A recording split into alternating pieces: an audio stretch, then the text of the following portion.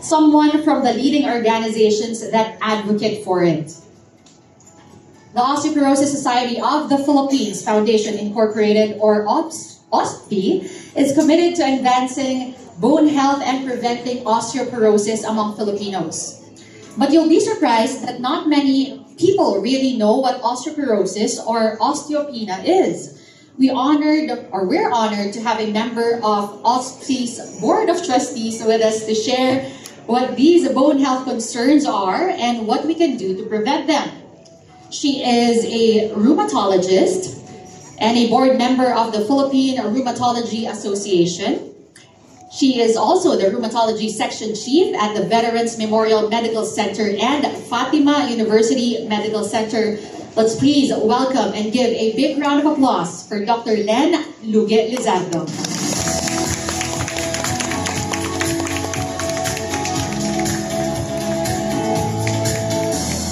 Thank you very much for that introduction, and thank you also on behalf of my co-board members from OSFI, from the Osteoporosis Society of the Philippines Foundation Incorporated. We thank you for choosing us to be your partners, to be your partner in this bone health, muscle and joint health advocacy. Before I start, I want to ask you a question. Do you want to have healthy bones? Yes. Mahina? Yes. Do you want to have healthy bones? Yes. Ako din po, I want to have a healthy and strong bone. No? But when you say healthy bone, what does that mean? So when a healthy bone means that your bones are strong, it is dense, and it has good bone mineral density. Actually, the bone is a living tissue. Buhay po ang ating bones. It's a living tissue. It's made up primarily of collagen, which is the most abundant protein in the body. And it contains minerals like calcium, phosphorus, essential nutrients, especially vitamin D. No?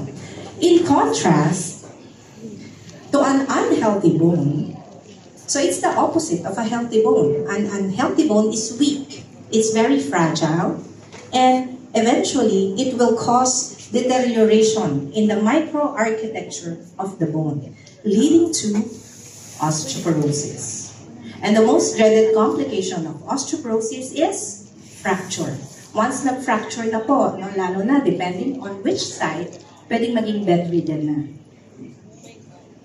So why do we need to have healthy bones? Because the bone has important functions. And the first one would be to provide structural support and shape to the body. Have you ever imagined a human being without bones?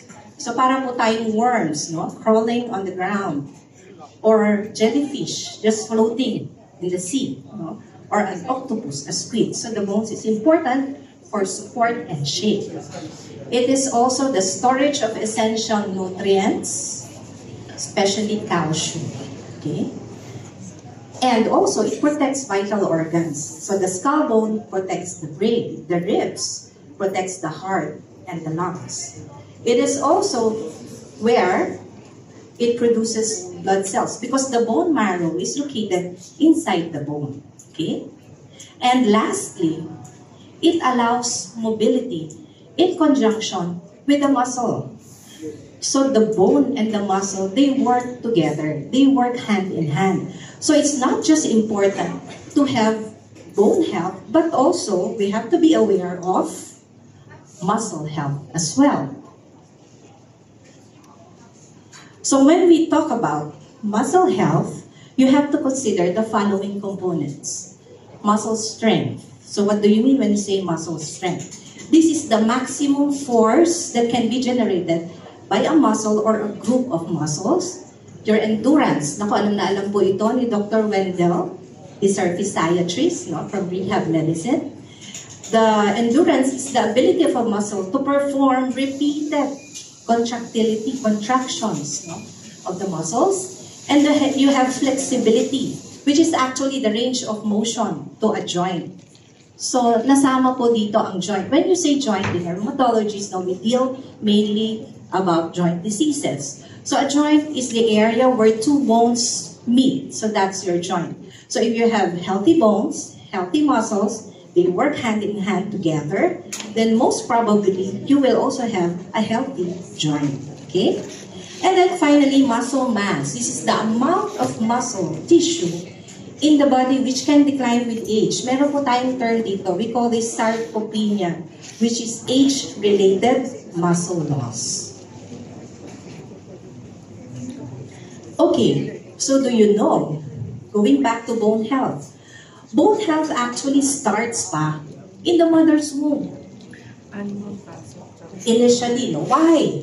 Because there are several risk factors, no, for the maternal inadequacy of calcium.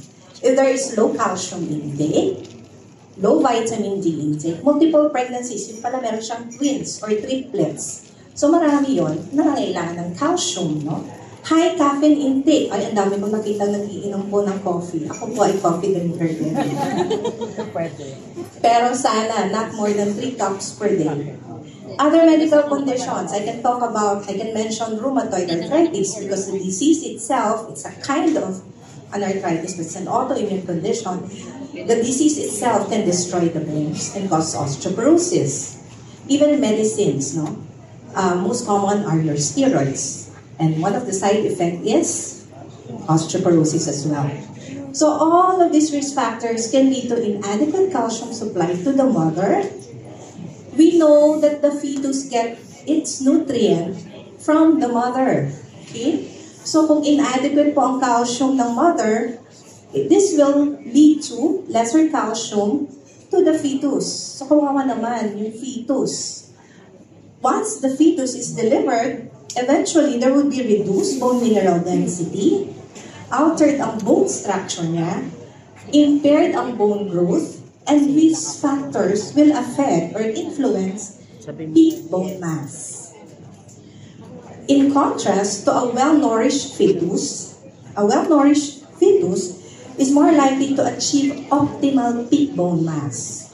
And thereby, this will reduce the risk of osteoporosis and fractures later on in life. So when we talk about peak bone mass, it's actually the peak, no? the greatest mass, strength, density that your bones can accumulate. And mostly among young women and men, they reach their maximum bone density in their late 20s, hanggang 30s, yun pa hanggang 35 years old. So look at this diagram. So when a baby or a child grows up, there's also an exponential growth in your bones. And once it reached the peak bone mass, there will now be a decrease in the bone mass once they reach the peak. It's like climbing Mount Everest or any other mountain. When you reach the peak, there's no other way to go but down. Okay? So females naman, once they reach menopause, there is rapid decrease in the bone mass. Why? Because of the decrease also in the female hormones, specifically your estrogen, which is essential for bone health. So it goes down, they reach the osteoporotic range, so menopause is a risk for osteoporosis. So osteoporosis is a Latin word actually.